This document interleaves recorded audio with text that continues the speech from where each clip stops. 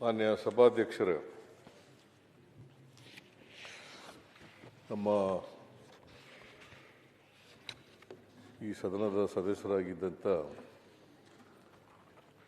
ಹಿರಿಯರಾದಂಥ ಶಾಮನೂರು ಶಿವಶಂಕರಪ್ಪನವರು ನಿನ್ನೆ ನಿಧನರಾಗಿದ್ದಾರೆ.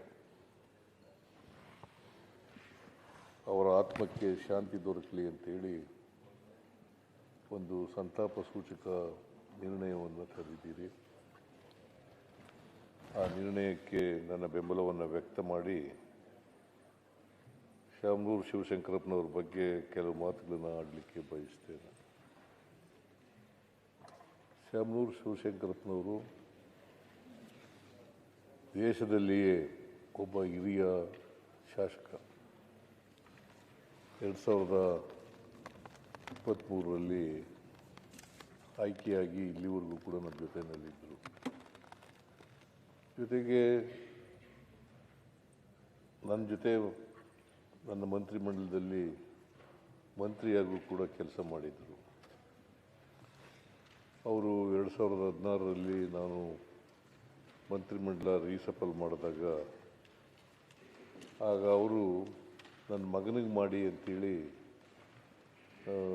ಮಲ್ಲಿಕಾರ್ಜುನ ಎಸ್ ಮಲ್ಲಿಕಾರ್ಜುನ ಅವರನ್ನ ಮಂತ್ರಿ ಮಾಡ್ತಕ್ಕಂಥ ಕೆಲಸವನ್ನು ಮಾಡಿದ್ರು. ಮೈಕ್ ಕೇಳಿಸ್ತಾ ಇಲ್ವಾ? ಕೇಳ್ತದೆ.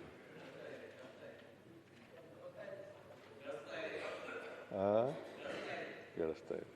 ಓಕೆ. ಎಸ್ ಮಲ್ಲಿಕಾರ್ಜುನ ಅವರು ಈಗ ನನ್ನ ಮಂತ್ರಿಮಂಡಲದಲ್ಲಿ ಸಚಿವರಾಗಿದ್ದಾರೆ. ಅವರ ಕೊನೆಯ ಮಗ ಕೂಡ.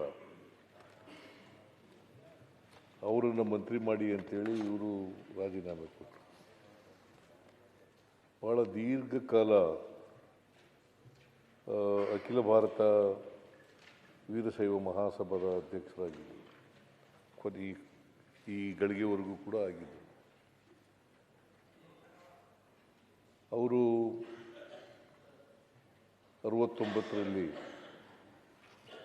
ದಾವಣಗೆರೆಯಲ್ಲಿ ಪುರಸಭೆಯ ಸದಸ್ಯರಾಗಿ ಆಮೇಲೆ ಅದರ ಅಧ್ಯಕ್ಷರಾಗಿಯೂ ಕೂಡ ನಗರಸಭೆಯ ಅಧ್ಯಕ್ಷರಾಗಿಯೂ ಕೂಡ ಕೆಲಸ ಮಾಡಿದರು. ತಮ್ಮ 63ನೇ ವಯಸ್ಸಿನಲ್ಲಿ ಶಾಸಕರಾದರು. 1994ರಲ್ಲಿ ಶಾಸಕರಾದರು. 6 ಬಾರಿ ಶಾಸಕರಾಗಿ ಆಯ್ಕೆಯಾಗಿದ್ದರು. 6 ಬಾರಿ. ಒಮ್ಮೆ ಸಂಸತ್ತಿನ ಸದಸ್ಯರಾಗೂ ಕೂಡ ಆಯ್ಕೆಯಾಗಿದ್ದರು. ಅವರು ಭಾಳ ದೀರ್ಘಕಾಲ ರಾಜಕೀಯದಲ್ಲಿದ್ದರು. ಇವತ್ತು ದಾವಣಗೆರೆಗೆ ಅದು ಆರ್ಥಿಕವಾಗಿ, ಸಾಮಾಜಿಕವಾಗಿ, ಶೈಕ್ಷಣಿಕವಾಗಿ ಮುಂದುವರೆದಿದ್ದರೆ ಶಾಮನೂರು ಶಿವಶಂಕರಪ್ಪನವರು ಕಾರಣ ಅಂತಕ್ಕಂಥ ಮಾತುಗಳನ್ನು ಹೇಳಲಿಕ್ಕೆ ಬಯಸ್ತಾ ಇದ್ದಾರೆ. ದಾವಣಗೆರೆಯನ್ನು ವಿದ್ಯಾ ಕಾಶಿಯಾಗಿ ಮಾಡಿದರು. ಇಂಜಿನಿಯರಿಂಗು ಮತ್ತು ಮೆಡಿಕಲ್ ಕಾಲೇಜುಗಳು, ಇತರ ಸಂಸ್ಥೆಗಳನ್ನು ತೆಗೆದು ಭಾಳ ದೀರ್ಘಕಾಲ ಬಾಪೂಜಿ ವಿದ್ಯಾಸಂಸ್ಥೆಯನ್ನು ಪ್ರಾರಂಭ ಮಾಡಿದವರೇ ಇವರು. ಒಬ್ಬ ವ್ಯಾಪಾರಗಾರರಾಗಿ ಪ್ರಾರಂಭ ಮಾಡಿ ಅವರು ಸಾಮಾಜಿಕ, ಆರ್ಥಿಕ, ಶೈಕ್ಷಣಿಕ, ಸಾಮಾಜಿಕ ಕ್ಷೇತ್ರಗಳಲ್ಲಿ ತಮ್ಮದೇ ಆದಂಥ ಛಾಪನ್ನು ಮೂಡಿಸಿದ್ದಾರೆ. ಇವರು ಅಲ್ಲಿ ದಾವಣಗೆರೆ ಇವತ್ತೇನಾದರೂ ಅದಕ್ಕೆ ಹೆಸರುವಾಸಿಯಾಗಿದ್ದರೆ, ಇಡೀ ಕರ್ನಾಟಕದಲ್ಲಿ ಹೆಸರುವಾಸಿಯಾಗಿದ್ದರೆ ಶಾಮನೂರು ಶಿವಶಂಕರಪ್ಪನವರು ಮಾಡಿದಂಥ ಕೆಲಸದಿಂದ ಆಗಿದೆ ಅಂತಕ್ಕಂಥ ಮಾತುಗಳನ್ನು ಹೇಳಲಿಕ್ಕೆ ಬಯಸ್ತಾ ಇದ್ದಾರೆ. ಇವರು ಜವಳಿ ಭಾಳ ಉತ್ಕೃಷ್ಟವಾಗಿತ್ತು ದಾವಣಗೆರೆಯಲ್ಲಿ. ಅದರ ಅವನತಿ ಪ್ರಾರಂಭ ಆಯಿತು. ಆಗ ಶಾಮನೂರು ಶಿವಶಂಕರಪ್ಪನವರು ದಾವಣಗೆರೆಗೆ ಒಂದು ಬ್ರ್ಯಾಂಡ್ ನೇಮನ್ನು ತಂದುಕೊಡ್ತಕ್ಕಂಥ ಕೆಲಸವನ್ನು ಮಾಡಿದ್ರು. ಸೊ ಅಂಥವರು ನಮ್ಮನ್ನು ಅಗಲಿದ್ದಾರೆ. ಭಾಳ ದೀರ್ಘಕಾಲ ನಮ್ಮ ಕಾಂಗ್ರೆಸ್ಸಿನ ಟ್ರೆಷರರ್ ಕೂಡ ಆಗಿದ್ದರು. ಭಾಳ ದೀರ್ಘಕಾಲ ಟ್ರೆಷರರ್ ಆಗಿದ್ದರು. ಆಮೇಲೆ ಎಲ್ಲರ ಜೊತೆ ಎಲ್ಲರೂ ಸ್ನೇಹ ಇಟ್ಕೊಂಡಿರ್ತಕ್ಕಂಥ ಕೆಲಸ ಮಾಡ್ತಾರೆ. ಎಲ್ಲರ ಜೊತೆ ಸ್ನೇಹ, ಯಾಕಂತಂದರೆ ಯಾರೂ ಕೂಡ ಅವ್ರಿಗೆ ವೈರಿಗಳಿರಲಿಲ್ಲ. ಅಜಾತ ಶತ್ರು ಅಂತ ಕರಿಬೋದಂಥ ವ್ಯಕ್ತಿ. ನಾನು ಯಾವಾಗ ದಾವಣಗೆರೆಗೆ ಹೋದರೂ ಕೂಡ ಅವ್ರ ಗೆಸ್ಟ್ ಹೌಸ್ನಲ್ಲೇ ಉಳ್ಕೊತಿದ್ದದು. ಆಮೇಲೆ ನನ್ನ ದಾವಣಗೆರೆ ಹೋದಾಗೆಲ್ಲ ಊಟಕ್ಕೆ ಬರಿ ಅಂತ ಕರೀತಿದ್ರು. ಯಾವಾಗ ಹೋದರೂ ಕೂಡ ನಮ್ಮನೆಯಲ್ಲೇ ಊಟ ಮಾಡಬೇಕು ಅಂತ ಕರೀತಾ ಇದ್ರು. ಹಾಗಾಗಿ ಅಲ್ಲೇ ಊಟ ಮಾಡ್ತಿದ್ದೆ. ಜೊತೆಗೆ ನನಗೆ 75 ವರ್ಷ ಮುಗೀತಲ್ಲ, ಆಗ ಅವ್ರ ಜಾಗದಲ್ಲೇ ನಾನು ಫಂಕ್ಷನನ್ನು